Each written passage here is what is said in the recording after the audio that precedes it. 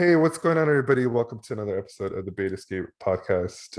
I'm so excited to have our special guest on today's episode, Mr. Jason Armstrong, artist, writer, solosexual, autosexual. Am I missing anything here? But welcome, and thank you so much for taking the time to chat with me on the Bate Escape podcast. I'm so thrilled to have you. It's so nice of you to ask me to come on. Thanks a lot. Of course. The reason why I was extra excited because your book, The Portrait of a Solosexual, was one of the first reading materials I ever picked up on my solosexual journey. Wow. Yeah, and that was Thank you for about, sharing that. of course, that was about, I want to say 5, 6 years ago, I think. Yeah, because I published the book 6 years ago now. Yeah, and I remember someone pointing me to Bate World, and then I believe like your book kind of showed up on the side, like it was like advertised as like this book reading material to read, and I was like, oh, I'm gonna click that because I feel like that would be a good starting point, and then there you were. Right. I'm And glad I you clicked. yeah, I'm I like clicked too, and I've since offered that book to other people who are starting on their solo sexual journey, so it's been a really great reference material for people that are just starting out. Oh, thank you so much. You know, that means I have to buy you a bottle of wine because I probably made some residual payments for the books. I'm so happy to do it, but let's start there. I'm so interested, what compelled you to write that book? Well, when a friend turned me on to bateworld.com, Yep. and my world exploded as I realized that I was a solosexual. And so, of course, I like to read about sexuality.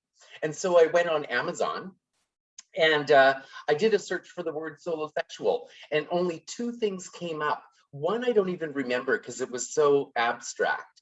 And the other was actually a book of erotica about masturbation. So it was fiction. Yeah. So there was nothing written.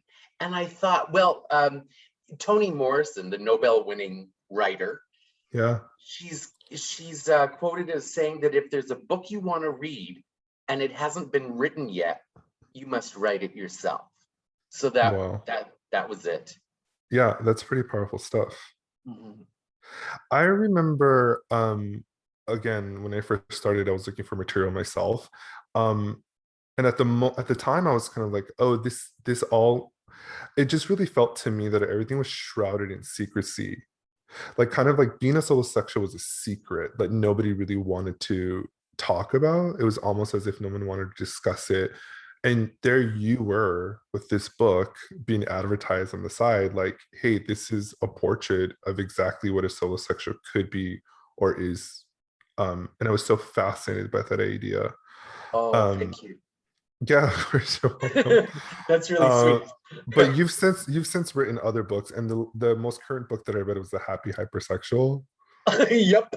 which I found super interesting. And then I just started reading Solosexual on Prep, I believe that's what it's called. Oh, that's the middle book, the second book. Yeah, yeah. It's getting off the unlikely chronicles of a solosexual on prep. Yes, that's a great title. Oh, it's a little wordy, maybe. No, it's totally perfect. I think it's very eye-catching. Um, but have you always been a writer? Is that something? Because I reading your books, I believe you were trained in theater. You got it. Yeah. Yeah. I'm in my 40s now, but I spent my 20s working in the theater. Yeah. Mm. And I went to theater school in New York, and yeah. Yeah, and I remember you were there for about a year. You never went to a single audition.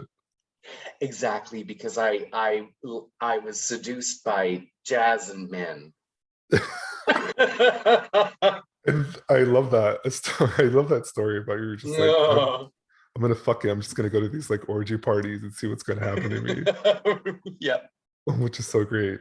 But I'm fascinated to know, and I'm always curious to know about soul sexuals and people who are discovering the side of them. When did that really start for you? I'm curious to know like what your childhood growing up, your teenage years, like how all that affected your sexuality. Well, I always loved masturbating, Hmm. but I never in my wildest thoughts, I I never imagined that that could be my sexual identity. So I went on a spree for years and years of hooking up and not really thinking it gelled well for me, and I never knew why, and I felt like maybe I was doing something wrong, and I never really wanted to get into a relationship, and why was that? And then when I discovered Bate World in 2013, When did all oh, when you're talking about all these like when you're curious about all these things in your life, when did that start? Like around what age did you start questioning all of this? well, that's the thing is I don't think I did question it. Mm. I just assumed that I had to find a partner and have partnered penetrative sex like Right. everybody else. But when did that shift for you? Like when did you start saying like I don't really like to have penetrative sex. I don't really want a partner. Around what age did that come into your mind? Oh, it honestly didn't come into my mind at all until I found Bait World. I Okay. I was that trained by society to just Yeah. assume Yeah. that I wasn't doing it right until I found a partner and had partnered penetrative sex. And Hmm. yeah, yeah. That's so interesting. And how did you Mhm. come across Bait World? Well, see, I was, hooking up, and Yeah. I started a blog, and the blog was called Hunting for Sex: Cautionary Tales from the Quest. It's defunct now. I don't use it, but there was a reader who said for a blog about hunting for sex, you really do talk about masturbation a lot. And he said you might like this site. It's called bateworld.com. And I don't even think I checked it out right away. I think I just put it on the shelf and thought, oh, whatever, another Yeah. site. Yeah, because I didn't know. Yeah. That's interesting. So when you did start to get into Bait World, how did that resonate with you? How did that land with for you? Like you have this now you have this world of masturbators. Yeah. Well, it was like finding out who I was. And the validation was thrilling. Mm-hmm. And that friend who hooked me up with bateworld.com, he Yeah. said, I'm not even going to hear from you for 6 months because it'll take you that long to get through everything that Bateworld has to offer. And I know it sounds like I'm shilling for Bateworld, and maybe I am because it changed my life. Yeah. I kind of feel this. I feel the same way too. I'm always just like, oh, Bait World's a really good place to start. And that was probably I think that that was probably the catalyst for why I even started the podcast in the first place. Because like you, there was something that I needed to say that I wasn't getting. Again, I think for me, it all just seems so secretive, and I could still sense there was a lot of shame because to Yeah. me, Bait World was like, oh, it was like Facebook for masturbators. And so I was proud to like want to show my face and like show my sex and like really have these conversations and meet people. But the only energy I ever got back was this like, show me your dick or let's jerk off on Zoom without even knowing each other. And it just never sat right with me. Oh, okay, gotcha. Um, but as I like maneuvered my way through the website, I was just like, there's nothing really here that I find exciting to Hmm. me as a solosexual. And so I was just like, oh, I should just make this podcast. And so it was for me, it was an outlet to be like, well, here's information that really resonates with me, that I feel like others can benefit from too. Oh yeah, that's wonderful. That's Is great. how do you feel that how do you get feedback from your books? How do you gauge the impact that your work has on the community? I do get a lot of emails from readers, either or messages on Twitter from people who have read the book. So I like to copy and paste and save them for when I'm 90 years old and it's all over for me, and I can read the nice things that people have said to me. That's so nice. So that's how I gauge it pretty much. That's cool. And what's been the feedback? Well, the biggest burst of feedback was for the first book, for Solosexual, Portrait of a Masturbator. Yeah. It was kind of it felt like a watershed moment, and so that is garnered the most attention, I think. Yeah, and even after all these years, it still sells as well as the new books. So, which almost disappoints me, because each book is like your child, and Yeah. you don't want one child to be favored. Yeah.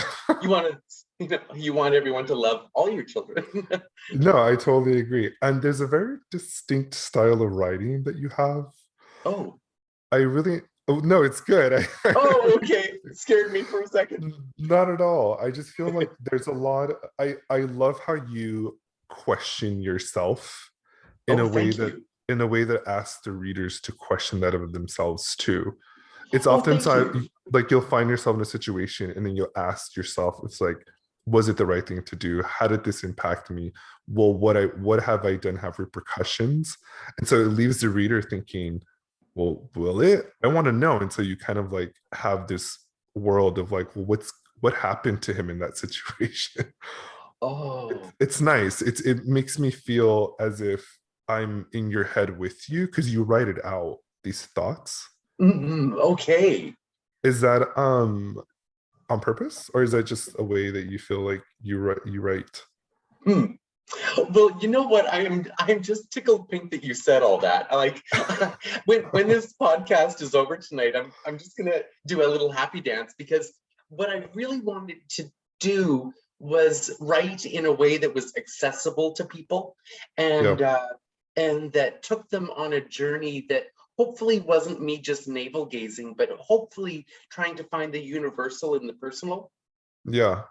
Yeah. I hope. No, you did. You certainly did. So it's really great that see, I'm going through my Kindle and I have highlighted all these passages. Oh, Um, but it's great because all the passages pretty much end in question marks, which is really cool. that's so Um, interesting. yeah, it's really That's fascinating. what you That's what I highlighted. That's yeah, or that's highlighted. Yes. yeah, for sure. Um, but let's see here. So I'm quoting here from the Happy Hypersexual, which is so great. It says here, what was that quote? Oh, right. And so you quote you refer to Xavier Hollander's classic book, The Happy Hooker, my own story. Yeah. And she says that for some people, having sex is like washing one's hands. It's just something you do, perhaps often, but give little to no thought. And then I highlighted here. And then there are those for whom sex is the holy grail, the alpha and omega. That's me, the latter. Yeah. When did you discover that about yourself? When did you feel that sex became the holy grail for you? Well, I have to ask you, have you read the chapter in the Happy Hypersexual called Times Square? Yeah, I believe so. I read the whole thing. Okay, so in that chapter, I go to an orgy for the first time, and Yes. it was so mind blowing, and I think that's when I realized that sexuality was going to take a huge it was going to be a big part of my learning and self-development.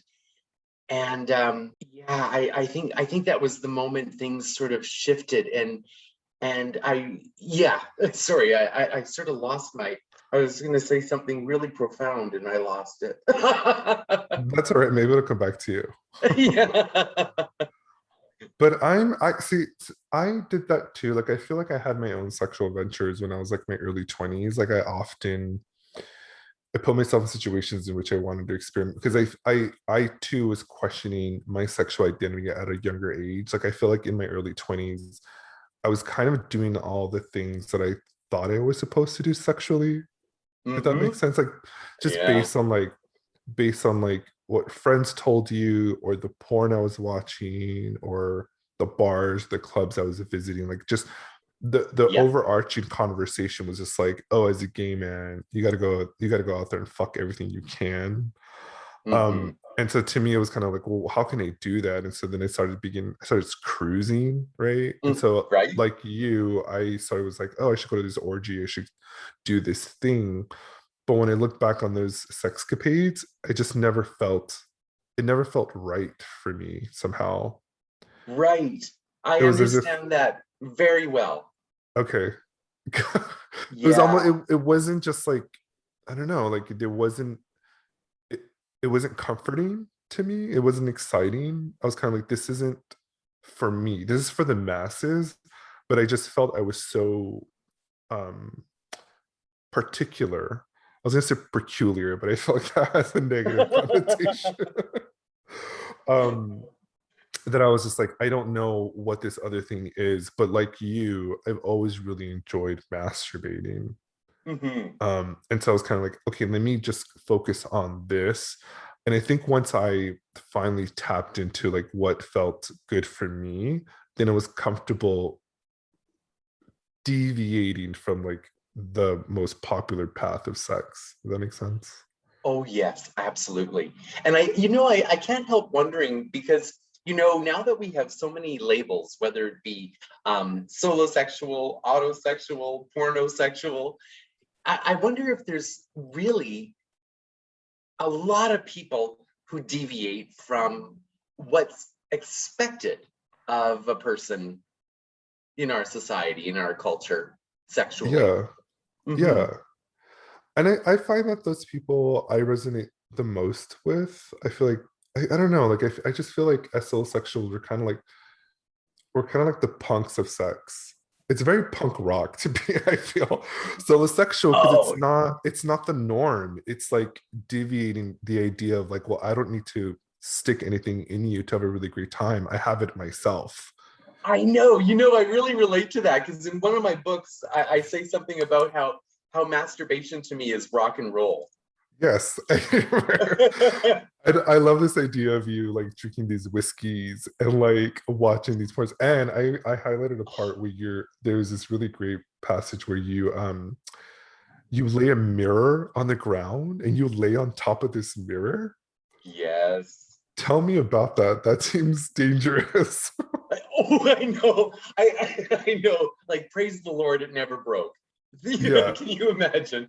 But yeah, I would lay a big mirror on my hardwood floor, and I would lay on it and hump it and kiss myself and piss myself. And can I say that on the podcast?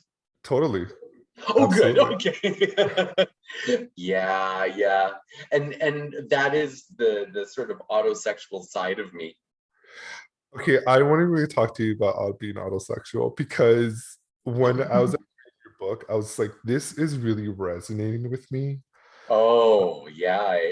And so I am starting to really now admire my nudes and my sexual videos and things that I post in a way that I never had before. Oh, So wow.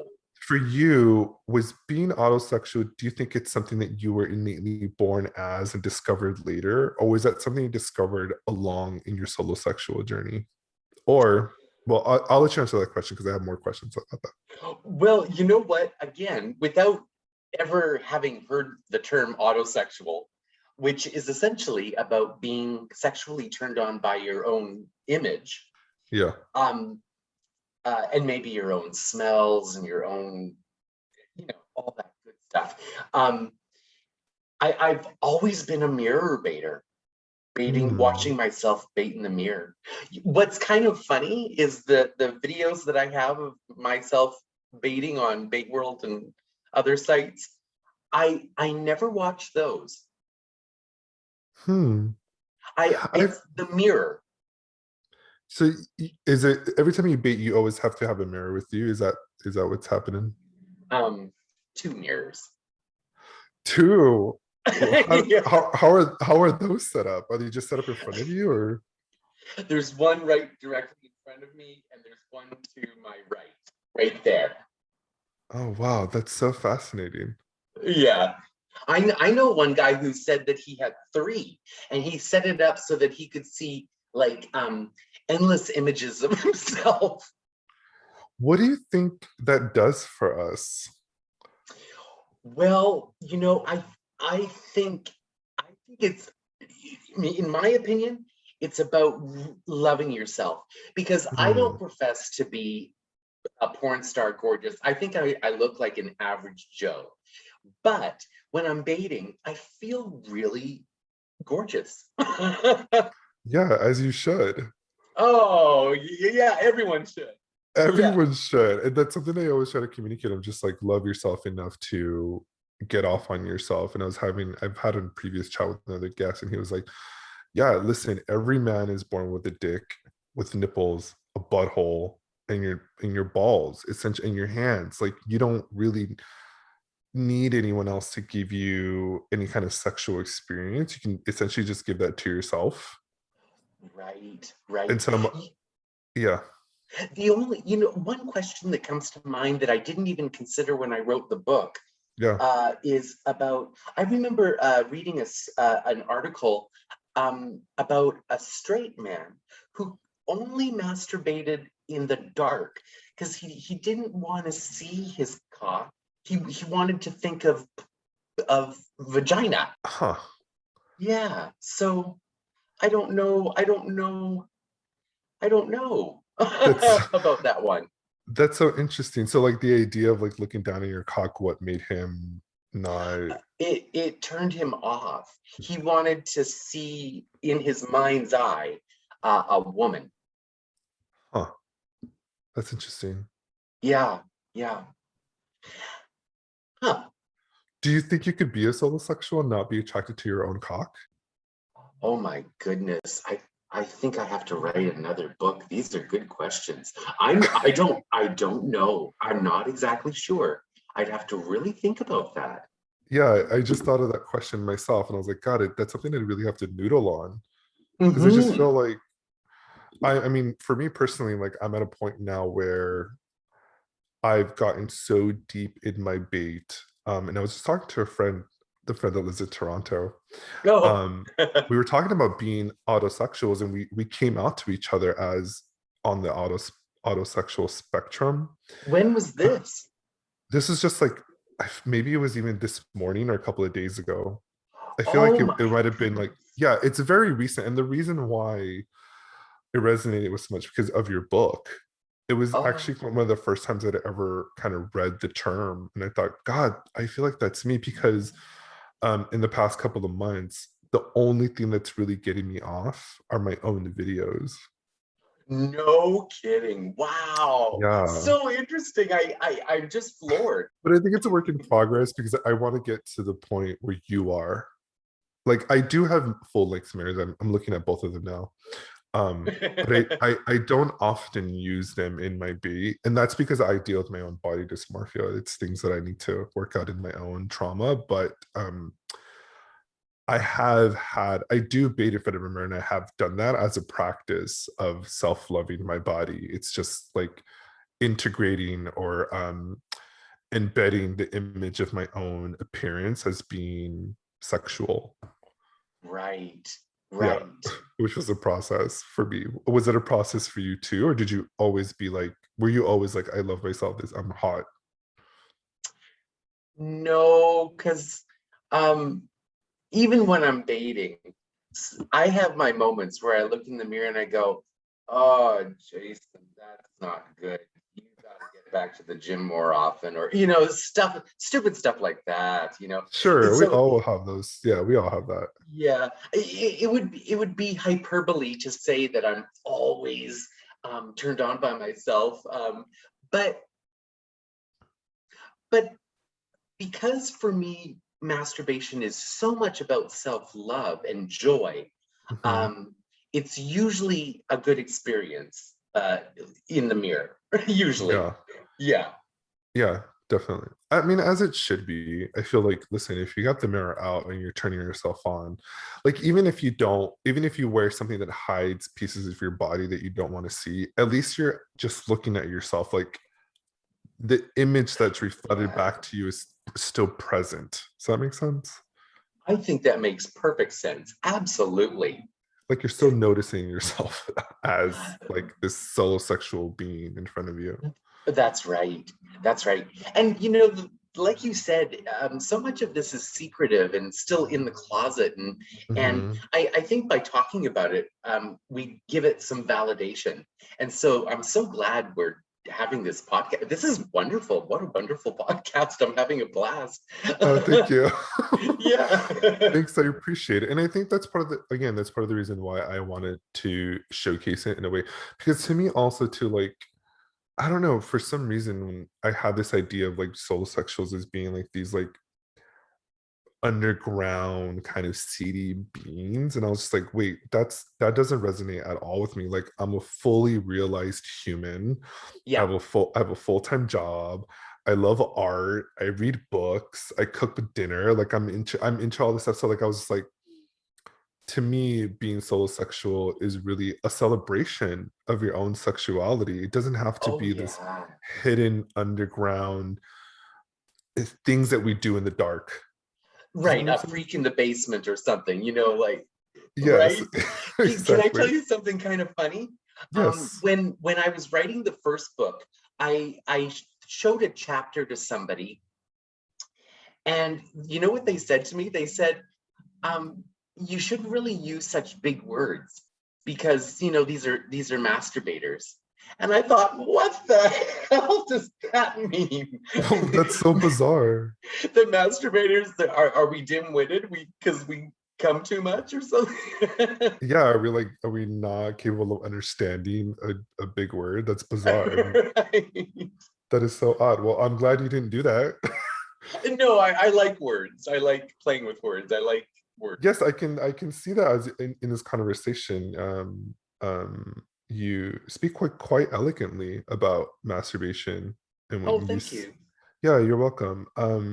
What has been your training in terms of writing? What, did you study how to write, or is that something that just came naturally to you? Oh, you know what it is? I think the drama training that I had it's such a transferable skill.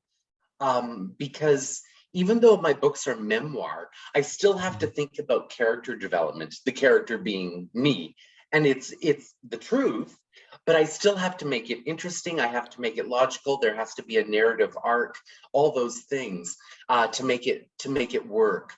So, Yeah. but I also when I started the blog years and years ago, I think back in 2011.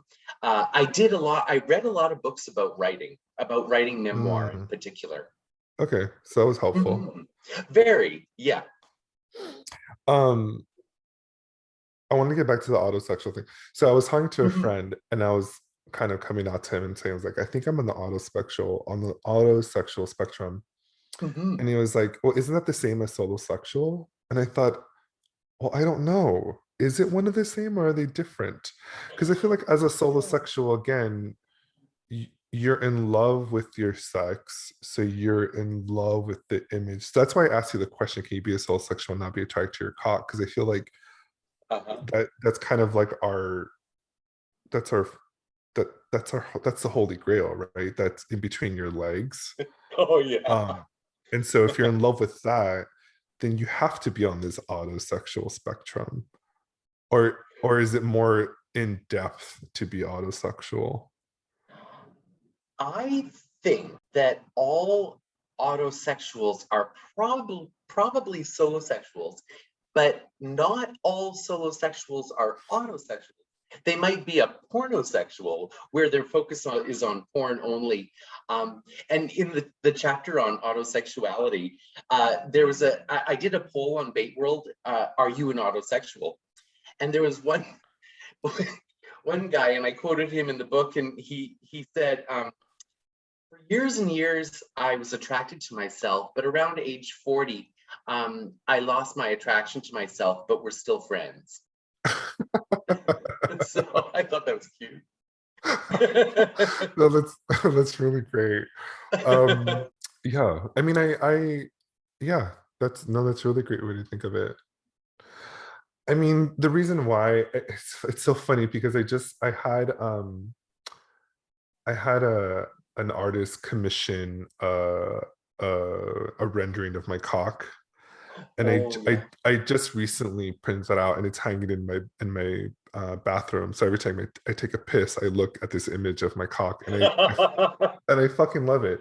And then just recently, a couple of days ago, I printed out. I'm a photographer by trade. I went to school for photography, Oh, okay. and I take these images of myself because here I am, trying to brand whatever I'm doing, like my sex coaching and my bait coaching, all this stuff. And I was like, well, I'm a photographer and I have education and training and marketing. And so I was taking these images of myself, but I was like, why haven't I printed any of these out for myself? And I started Right.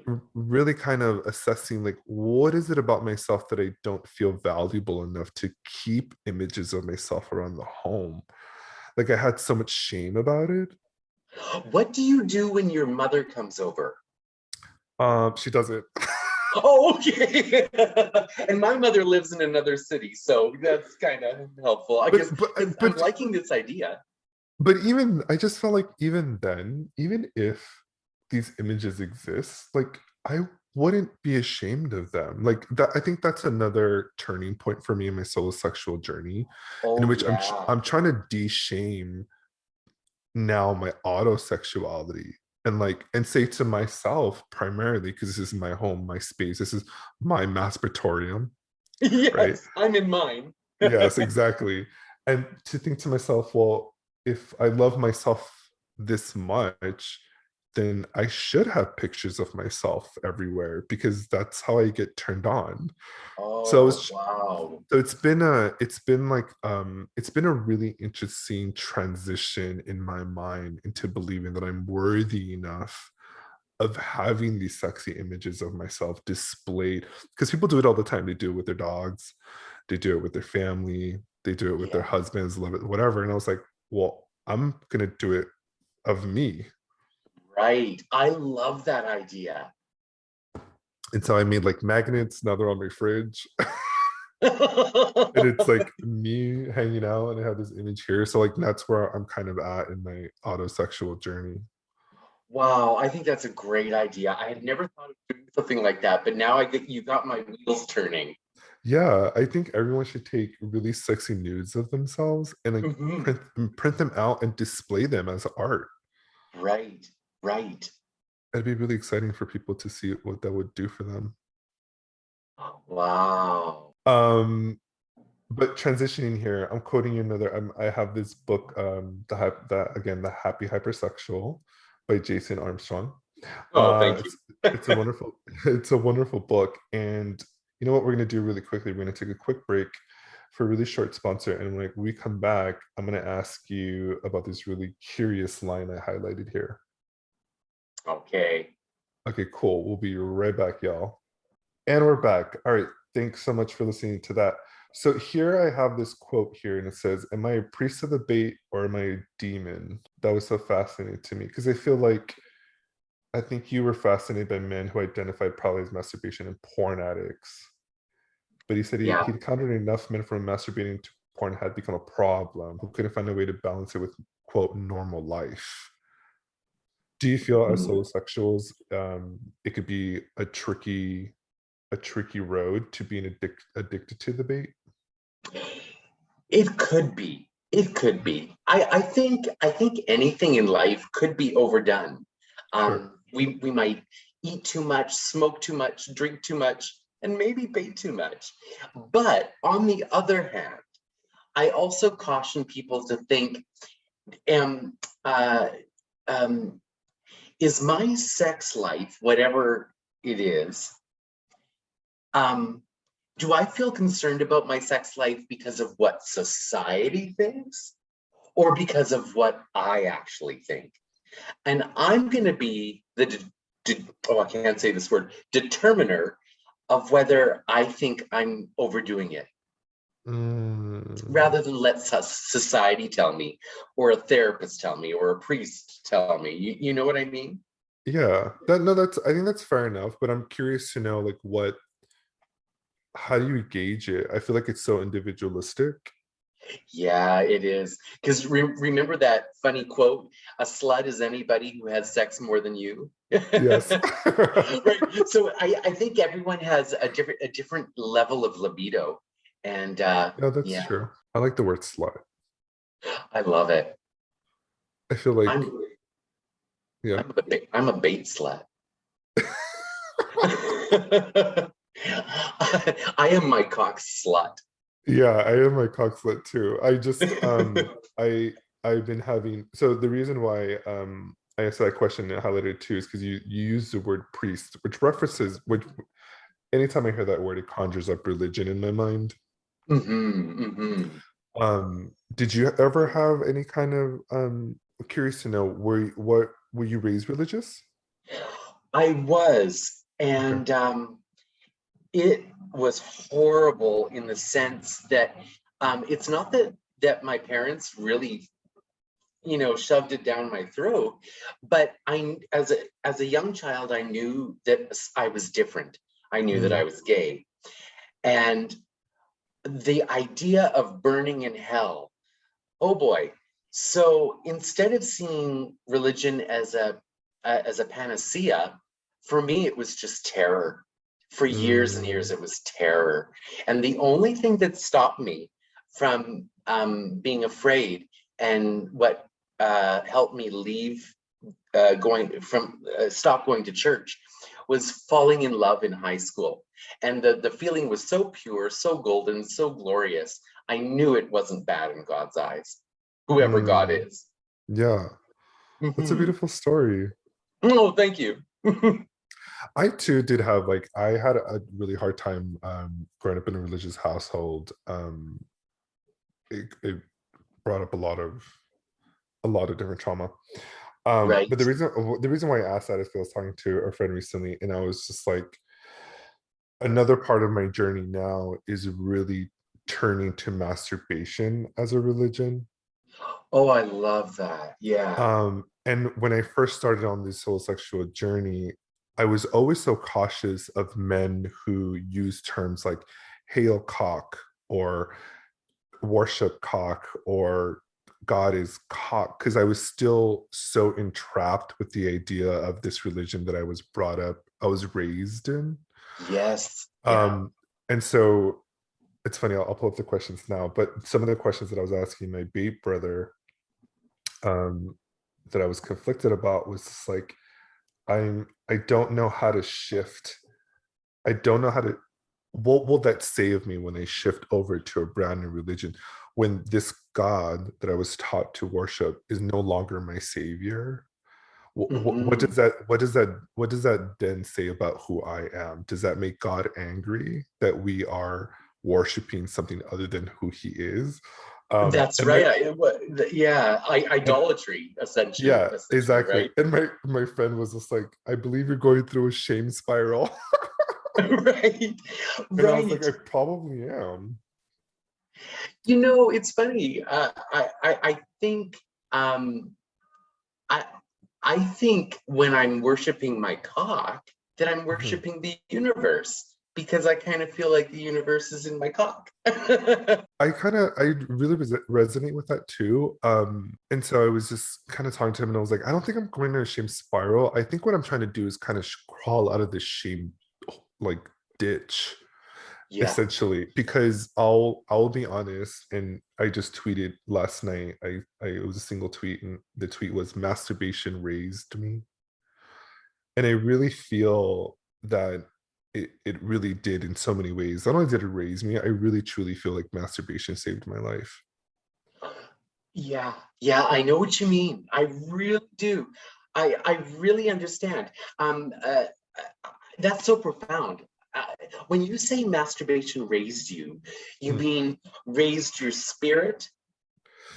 Yeah, it raised everything. It raised my self-love. It raised Mhm. my confidence. It raised Yeah, my sexuality. It raised my right. relationships with myself, with my friends. It raised my money because it all ties back into this idea of self love and self worth. Mhm. I love myself enough to give me that pleasure. I'm worth giving myself this pleasure. And so when you take that energy and you apply it to different aspects of your life, you can then say, well, masturbation did that for me. Because if I'm worthy enough to give myself this self pleasure, I'm worthy enough to ask for that raise. Or Wow, yeah, I'm worthy enough to ask that guy out on a date. right, But so masturbation now is the baseline. It's the fundamentals of how I exist now. right. Yeah. Wow. Wow. Oh, amen. You're preaching to the choir. Again, a religious connotation there, but Yeah, no, definitely. And so I think that's where I'm at now in my life, where it's like, yeah, I think I'm slowly starting to believe that masturbation just it's my new religion, and how I de-shame and how it's gonna affect everything, who I pray to. Because I feel like I'm a spiritual person. Can I say Mhm. that of you? Oh Spirituality. yeah. Yeah. For sure. And so it's like de-learn or unlearning this old religion that never served you, and now you're teaching yourself a brand new religion. I um understand for sure. 'Cause when I yeah, was in high school and fell in love with that guy, I felt like I had to actually tear down, dismantle everything I thought I knew to be true about the universe and God and yeah, rebuild from scratch. yeah, and that's scary, right? And it was scary because I wasn't out. So I had no one to talk to about this. It was all internal. So how did you even process that? Um, hmm, time takes care of it slowly. Eventually, you Yeah, come out to someone and you start trusting people with that truth, and there's a dialogue that starts to happen. yeah, that's true. Yeah, I always, yeah, I feel like time and research, I think, Yeah, yeah, because I think where yeah, it's up to us to kind of like go out there and kind of access information that feels valuable to us, which is so, exactly. which again, I'm so thankful that the your book exists, because there's such beautiful material that soul sexuals can really resonate with. So Oh, thank you for thank you. providing that. And then also again, like this podcast is another reason why I'm just like, here it is. Like, who knows who it's gonna touch? Like maybe you, like sometimes I get messages from people, but ultimately the impact that it can create, I have no idea. But I have faith in my masturbation Yes, right. that it's gonna impact someone somewhere. And it's certainly impacting me tonight. I'm so I'm so glad. You're very it's so funny speaking to you now. It's such a different person than what I thought the person would be that wrote these books. Oh, I think that's usually the case, isn't it? I Like, think I think so too. I think because I think that's the power of literature, where you can interpret it in a way that makes sense to you. Like oh you have yeah, you have this voice in your head of what this narrative could be, right, right, yeah. which is it's really cool like talking to you now and like having read your book. I'm just like, wow, you're such an interesting person. Like if I'd seen you on the street, I would have never known. Right. Oh, thank you. Thank you so much. How do you feel about that? Oh, well, I just send it all right back to you because I uh, feel the same way. I'm not just blowing smoke. I really, it's been so far just lovely. I mean, I wish I had a conversation like this with someone every day. And what in do you some, Yeah, I was gonna ask you, what do you do that? What is your social life in terms of like bitterness? Are you Well, meeting baiters or? not really. I lately I really have just been really quite solosexual and pornosexual, but I'm really active on Bate World and on Twitter, and so I have a number of friends, internet friends. I don't know them personally or have met them, but we're very like-minded, and our conversations just feed each other, and yeah. Yeah, I feel the same way too. I feel like yeah, I can spot out some kind of baiters in my local area, but I feel like the most profound relationships that I'm currently creating are Mhm. all over the world. Oh yeah, all over the world. I mean, wow, wow. The internet was such a game changer. I know, I love the internet. Me too. The internet is amazing. You can find out so much information, and it's all really great and amazing. It's so wonderful. What would be something that you would love baiters everywhere to take away from this podcast interview? Any final wisdom that you want to bestow to our listeners? Yes, I do Okay. have something. It's a Bette Midler quote. Okay. Well, no, it's not a quote. It's a description of Bette Midler's stage persona.